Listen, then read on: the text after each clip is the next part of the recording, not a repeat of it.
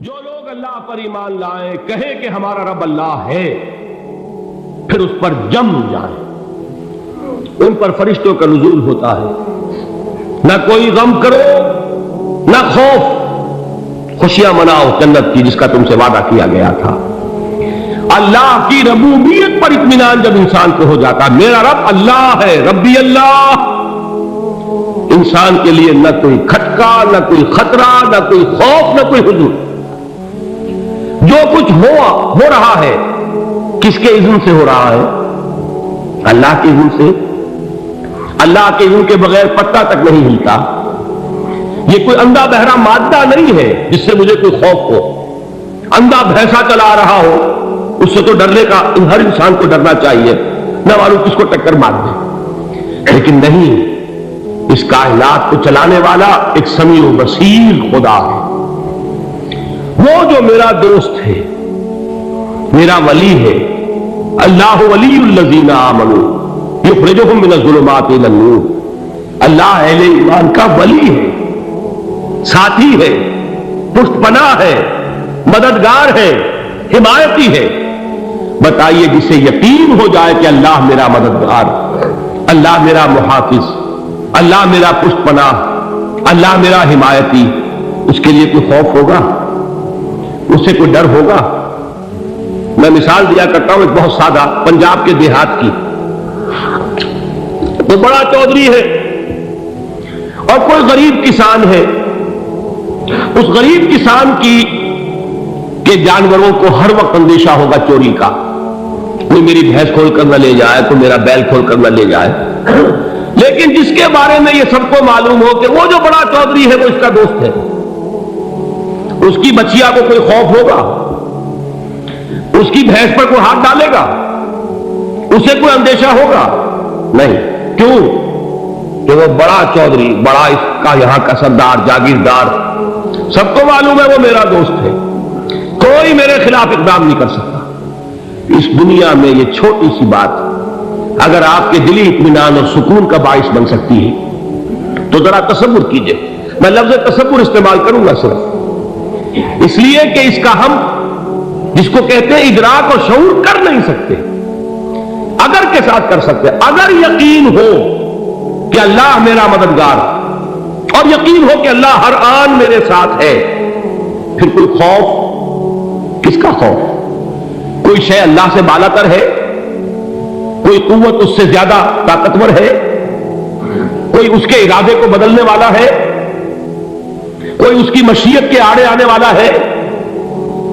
یہی بات ہے جو حضور نے فرمائی، یہ ایمان کا حاصل ہے لب لباب، کہ دیکھو اچھی طرح اس بات کو ذہن نشین کر لو، اگر تمام انسان مل کر تمہیں کوئی نقصان پہنچانا چاہے نہیں پہنچا سکتے مگر جو کچھ اللہ نے لکھ دیا ہو، اور تمام انسان مل کر تمہیں کوئی نفع پہنچانا چاہے نہیں پہنچا سکتے مگر وہ شے جو اللہ نے طے کر دی۔ آپ پھر میں کہوں گا ذرا طاری کیجئے، اسے فرض کیجئے، اسے سوچئے، اگر اس حدیث پر ہمارا دل ٹھکا ہوا ہو تو کسی سے ڈر ہوگا؟ یہ مجھے نقصان نہ پہنچا دے، یہ میری رپورٹ خراب نہ کر دے، یہ میری انکریمنٹ نہ رکوا دے، یہ میرا یہ نہ بگاڑ دے، یہ میرے یہ نقصان نہ پہنچا دے، اس کا ڈر، اس کا ڈر، اس کا خوف، اس کی خوشامد، اس کے لیے جا کر طرح طرح سے اپنی عزت نفس کو ذلیل کروانا اس کے سامنے۔ یہ سب کچھ کیوں کرتا ہے انسان؟ جب سمجھتا ہے کہ اس کے ہاتھ میں میرا کوئی نفع ہے، اس کے ہاتھ میں میرے لیے کوئی ضرر ہے، یہ مجھے کوئی گزن پہنچا سکتا ہے، یہ مجھے کوئی نقصان پہنچا سکتا ہے، یہ میرا کوئی کام بنا سکتا ہے، یہ میری کوئی ضرورت پوری کر سکتا ہے، اسی کا نام شرک ہے۔ جہاں آپ نے یہ سمجھا کہ غیر اللہ کے اندر کوئی طاقت موجود ہے وہی شرک ہے۔ بتوں سے تجھ کو امید ہے، خدا سے نو امیدی، مجھے بتا تو صحیح اور کافری کیا ہے؟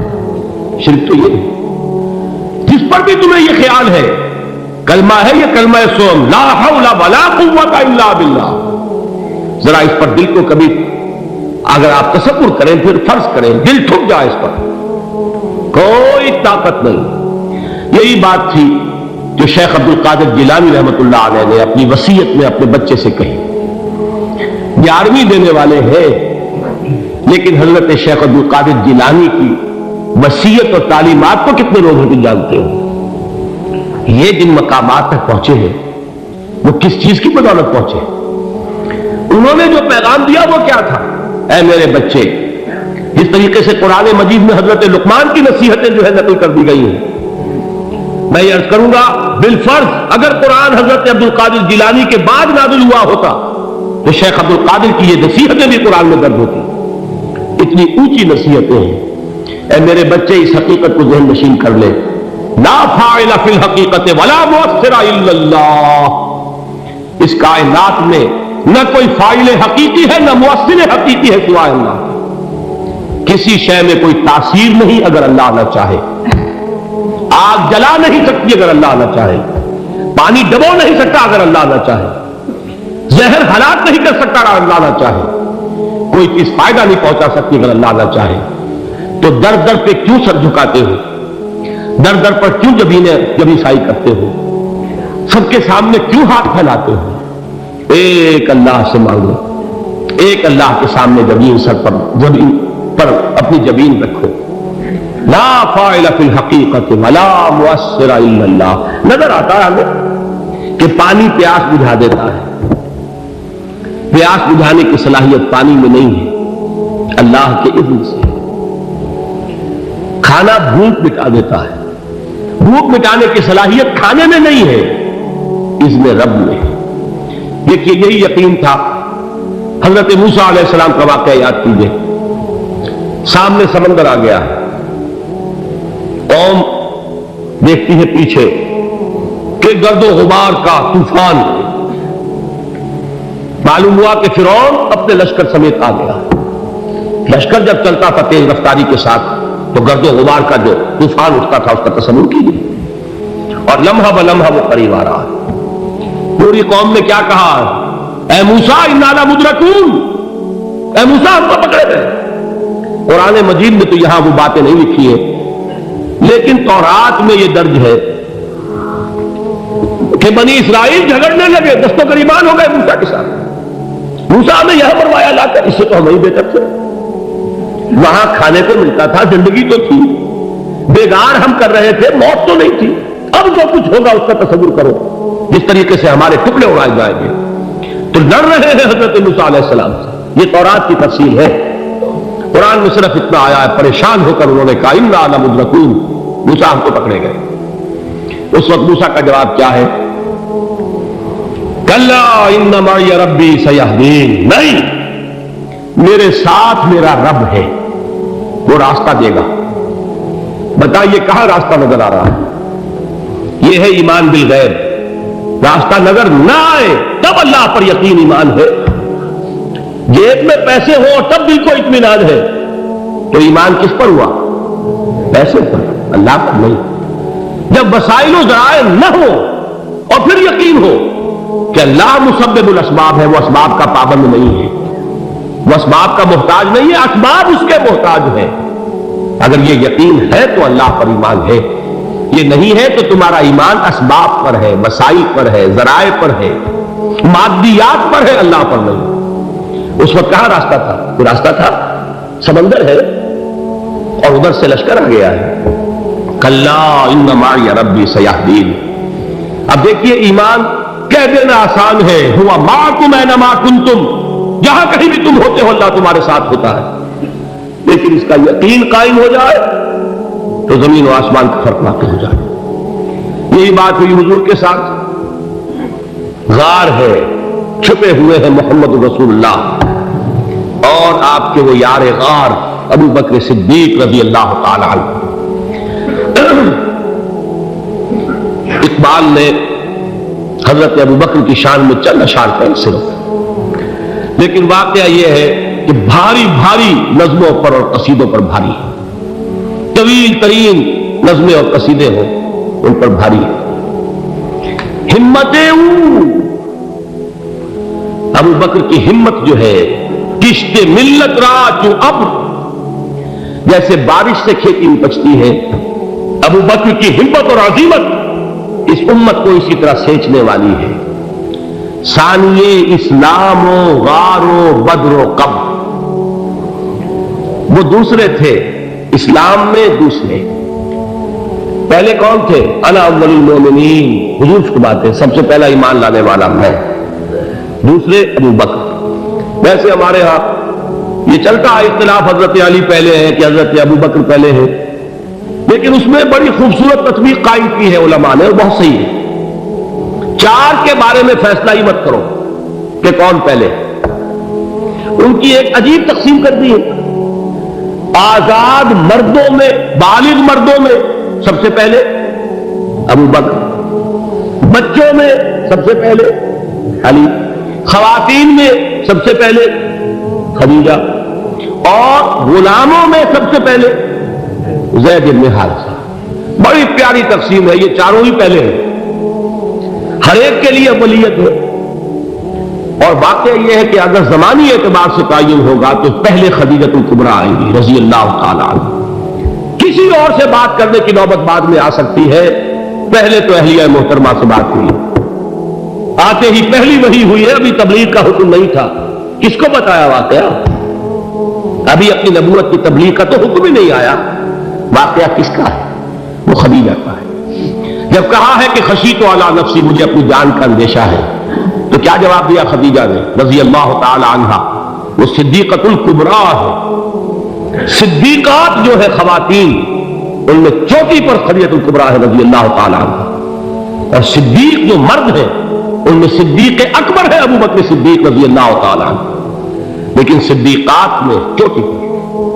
جب حضور نے فرمایا خشیت علی نفسی، کیا فرمایا، کیا عرض کیا، کیسے تسلی دی؟ نہیں اللہ آپ کو ضائع نہیں کرے گا، آپ غریبوں کے ہمدرد ہیں، آپ مساکین کے تکالیف رفع کرنے والے ہیں، آپ بیواؤں کی سرپرستی کرتے ہیں، آپ مسافروں کی خدمت کرتے ہیں، اللہ آپ کو ضائع نہیں کرے گا، یہ یقین ہے اس خاتون کے اندر۔ خیر وہ ایک علیحدہ بات ہو جائے گی۔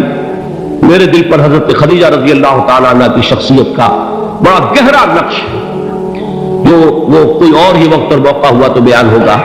بہرحال اقبال نے ایک مصرے میں جو چار اولیتیں جمع کر دی ہیں، ہمت او کشت امت را چو ابر، ثانی اسلام و غار و بدر و قبر۔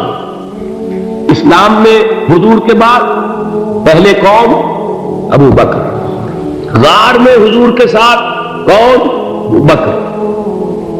بدر کی رات اللہ کا رسول سر بسجود، وہ جھاڑ، وہ گھاس پھوس کی جو جھوپڑی بنائی گئی تھی، اور وہاں تلوار ننگی لے کر پہرا دینے والا کون؟ ابو بکر۔ اور اس حجرہ عائشہ میں محمد کے بعد سب سے پہلے دفن ہونے والا کون؟ ابو بکر رضی اللہ تعالی عنہ صلی اللہ علیہ وسلم۔ وہ جو معاملہ میں سنا رہا تھا غار ثور کا، حضرت ابو بکر بھی حضور کے خیال سے لرز گئے ہیں۔ آپ کو یاد ہوگا کہ جا کر پہلے تمام جتنے سوراخ تھے انہیں بند کیا، ایک سوراخ رہ گیا تھا جس کو بند کرنے کے لیے کوئی کپڑا نہیں تھا، وہاں اپنی ایڑی رکھی ہے، تب کہا ہے حضور سے تشریف لائیے، اور اپنے زانو پر حضور کو لٹایا ہے، اور وہاں کسی موذی جانور نے کاٹا ہے، حضور کی آنکھ لگ گئی تھی، اس وقت اس بل کے اندر جو بھی بچھو ہے کیا ہے اللہ عالم، اس نے کاٹا ہے، اس کی تکلیف کی وجہ سے ابو بکر کی آنکھوں سے آنسو ٹپک گئے، حضور کے چہرے مبارک پر پڑے ہیں کہ حضور جاگے ہیں، معاملہ کیا ہے؟ یہ نہیں ہٹائی وہاں سے، مبادا وہ جانور وہاں سے نکل کر محمد الرسول اللہ کو کوئی گدن پہنچا دے، ابو بکر کی ایڑی ہے، جس طرح چاہے کھا لے، ختم کر دے، جان نکل جائے تب کوئی آنچ آئے، محمد پر تو آئے، لیکن جیتے جی نہیں۔ وہ ہے ابو بکر حضور کے خیال سے۔ اس وقت حضور نے پھر اپنا لعاب دہن لگایا ہے، اور اس سے پھر آپ کی تکلیف ختم ہوئی۔ جیسے خیبر میں حضرت علی کی آنکھ دکھ رہی تھی، اس کو جو شفا حاصل ہوئی ہے وہ بھی حضور کے لعاب دہن سے ہوئی۔ تو بہرحال اس وقت انہوں نے کہا ہے کہ اے نبی یا رسول اللہ، اگر اس وقت ان میں سے کسی نے غیر ارادی طور پر بھی اپنے قدموں کی طرف جھانک لیا تو پکڑے جائے۔ کیا جواب تھا اللہ کے رسول کا؟ لا تحزن ان اللہ معنا، اللہ ہمارے ساتھ سے کیوں گھبراتے ہو ابو بکر؟ یہ ہے ایمان باللہ، میرا مالک اللہ، میرا رازق اللہ، میرا محافظ اللہ، میرا مددگار اللہ، میرا پشت پناہ اللہ، میرا دوست اللہ۔ یہ دوستی ہے اللہ کی جو لب لباب ہے، حاصل ہے ایمان کا، اسی کا نام ولایت ہے۔ اولیاء اللہ کے سروں پر سین نہیں ہوتے، جس کے دل میں ایمان راسخ ہو چکا ہو وہی اللہ کا ولی ہے، جسے اللہ پر یقین ہو چکا ہے وہی اللہ کا ولی ہے، جسے یقین ہے اللہ میرے ساتھ ہے، میرا مددگار، میرا پشت پناہ، میرا ساتھی، میرا دوست، میرا محبوب، میرا محب۔ اللہ اہل ایمان سے محبت کرتا ہے۔ واللہ یحب الصادقین، ان اللہ یحب الذین یقاتلون فی سبیلہ صفا کانہم بنیان مرصوص۔ اللہ محبت کرنے والا، اہل ایمان محبوب، اور اہل ایمان محبت کرنے والے اللہ محبوب۔ والذین آمنوا اشد حبا للہ۔ آپ تصور کیجئے جسے یہ رشتہ ایمان یا رشتہ ولایت حاصل ہو جائے، الا ان اولیاء اللہ لا خوف علیہم ولا هم یحزنون، آگاہ ہو جاؤ اللہ کے دوستوں کے لیے نہ کوئی خوف ہے نہ کوئی حزن ہے۔